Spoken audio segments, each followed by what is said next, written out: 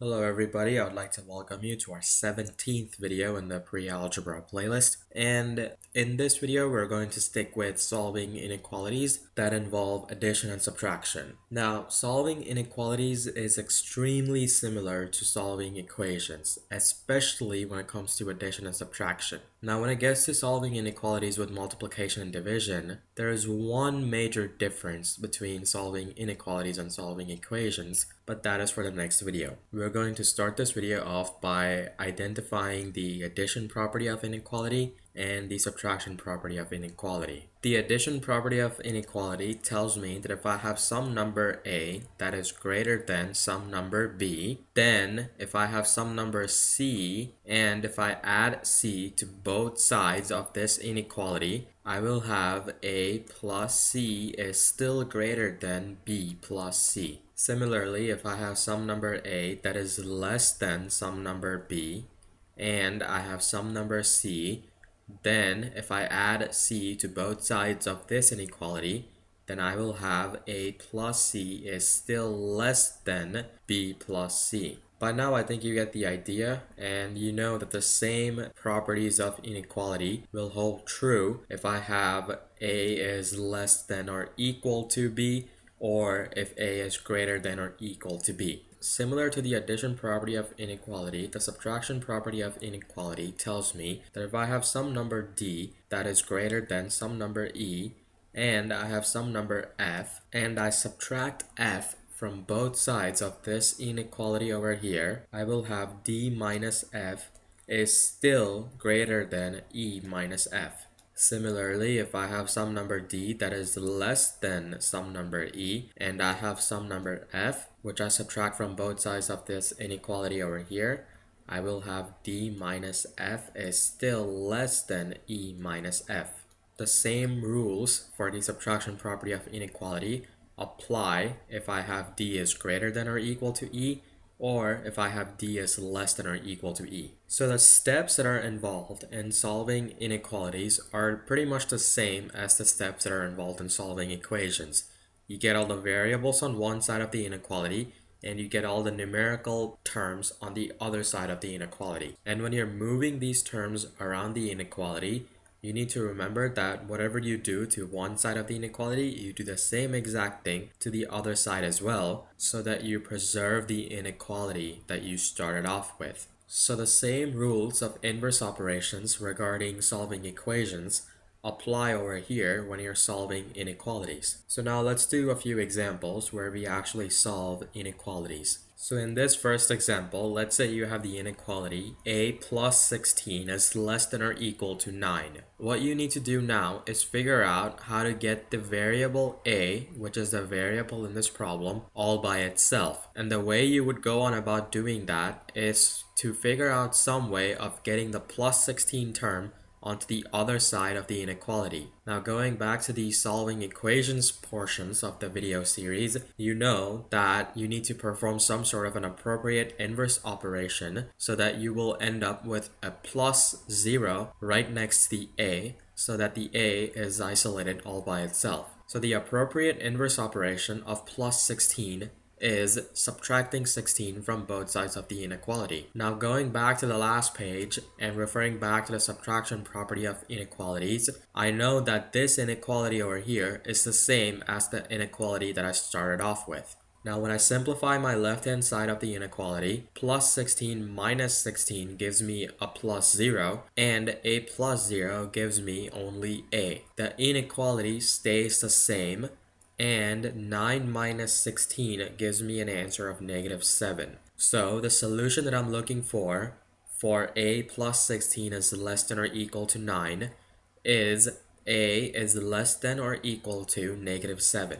One important thing to realize when solving equations and solving inequalities is that so far, whenever you have solved an equation, you have ended up with one solution. But almost every time when you solve an inequality, you will end up with a group of solutions. In this case, the solution is not only the number negative 7, but it is a set of all numbers that are less than negative 7. In this second example, let's say you have the inequality b minus 12 is greater than or equal to 3.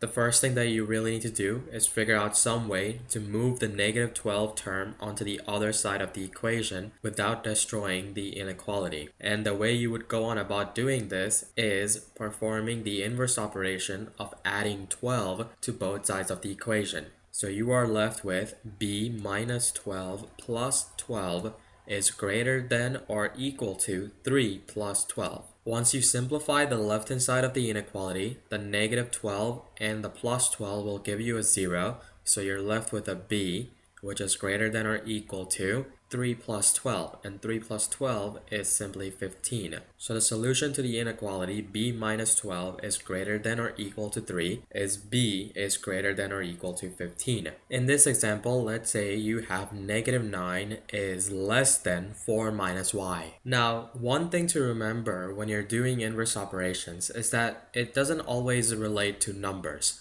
What you can do is that you can perform inverse operations with variables as well. So if I want to move the negative y onto the left-hand side of the inequality, all I really need to do is perform the appropriate inverse operation of plus y, or basically adding y to both sides of this inequality. And when I do that, I get negative 9 plus y is less than 4 minus y plus y.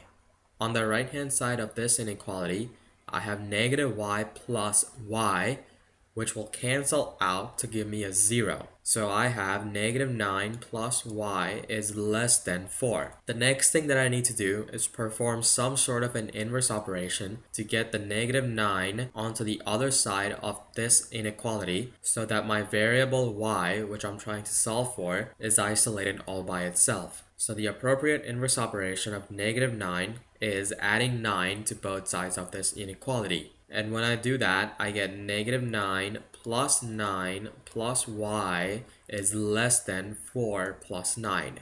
When I simplify negative 9 plus 9, I'll get a 0 plus y. That is simply y. And the right-hand side of this inequality, I will get 4 plus 9, which is 13. So the solution to my inequality, negative 9 is less than 4 minus y is less than 13. In this example, let's say I have negative 14 is greater than 2 plus x. I can rewrite this inequality over here like this over here. Negative 14 is greater than x plus 2. I need to figure out some way to get rid of this plus 2 term over here and safely move it onto the other side of this inequality. And to do this, I perform the appropriate inverse operation of subtracting 2 from both sides of this inequality to give me negative 14 minus 2 is greater than x plus 2 minus 2. When I simplify further the right-hand side of this inequality, I get plus 2 minus 2 to give me a plus 0. So I have x is basically less than, and on my left-hand side of this inequality, I get negative 14 minus 2, which simplifies to negative 16. So the solution to this inequality is negative 16 is greater than x. Another way I can write this over here is by writing the x on the left-hand side and saying x is less than negative 16. Now let's do one more example. In this example, let's say I have k minus 16 is greater than or equal to 2. Now I need to figure out some way of moving the negative 16 term from the left-hand side of this inequality onto the right-hand side of this inequality. And to do this, I need to perform the appropriate inverse operation of adding 16 to both sides of the inequality. So I will end up with k minus 16 plus 16 is greater than or equal to 2 plus 16. K minus 16 plus 16 simplifies to give me k minus 0, or simply k. And then on the right hand side of my inequality, I have 2 plus 16 to give me 18. So the solution to the inequality, k minus 16 is greater than or equal to 2, is k is greater than or equal to 18. So there you have it. In the next video, which is solving inequalities part 2, we're going to go over solving inequalities dealing with multiplication and division. So I hope you enjoyed this video and you learned a lot from it. I hope you keep on working hard, and I'll see you in the next video.